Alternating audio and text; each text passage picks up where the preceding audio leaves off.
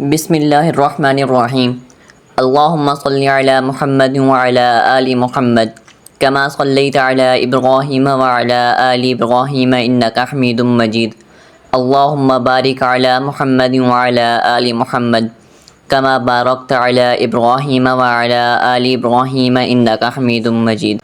معزز سامعین، ویڈیو میں آگے بڑھنے سے پہلے ہمارے چینل کو سبسکرائب اور بیل آئیکن کو پریس کر دیں تاکہ آپ ہماری ہر آنے والی ویڈیو سے باخبر رہ سکیں۔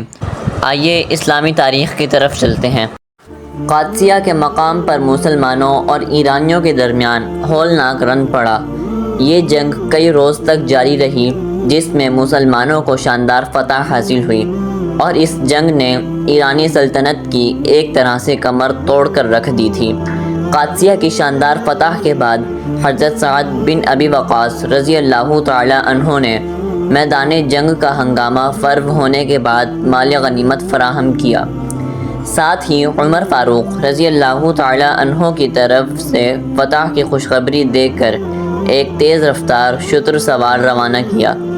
دوسری طرف قادسیہ کی جنگ کے سلسلے میں عمر فاروق رضی اللہ تعالی عنہ کا یہ حال تھا کہ روزانہ صبح اٹھ کر مدینے سے باہر دور تک نکل جاتے اور قادسیہ کے قاصد کا انتظار کر کے دوپہر کے بعد مدینہ میں واپس آ جاتے تھے۔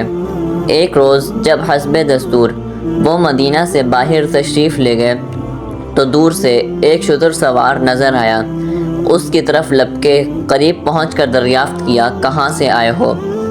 آنے والا وہ قاصد چونکہ عمر فاروق رضی اللہ تعالی عنہ کو پہچانتا نہ تھا، ان سے پہلے ملاقات نہ ہوئی تھی، اونٹ کو بھگائے ہوئے کہنے لگا، میں قادسیہ سے آ رہا ہوں اور خوشخبری لایا ہوں کہ خداوند قدوس نے مسلمانوں کو فتح عطا کی ہے۔ عمر فاروق رضی اللہ تعالی عنہ نے اس لڑائی کی کیفیت اور فتح کے تفصیلی حالات دریافت کرنے شروع کیے اور اس سوار کی رکاب پکڑے ہوئے اس کے ساتھ ساتھ دوڑتے ہوئے مدینہ میں داخل ہوئے۔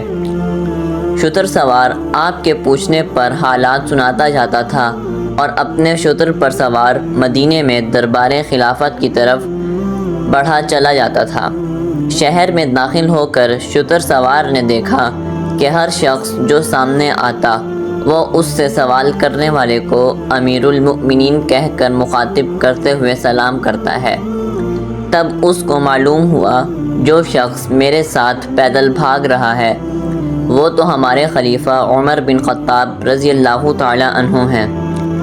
یہ معلوم کر کے وہ بیچارہ ڈرا اور شتر سے اترنا چاہا، لیکن عمر فاروق رضی اللہ تعالی عنہ نے کہا، تم حالات سناتے جاؤ اور بدستور اپنے شتر پر سوار چلے چلو۔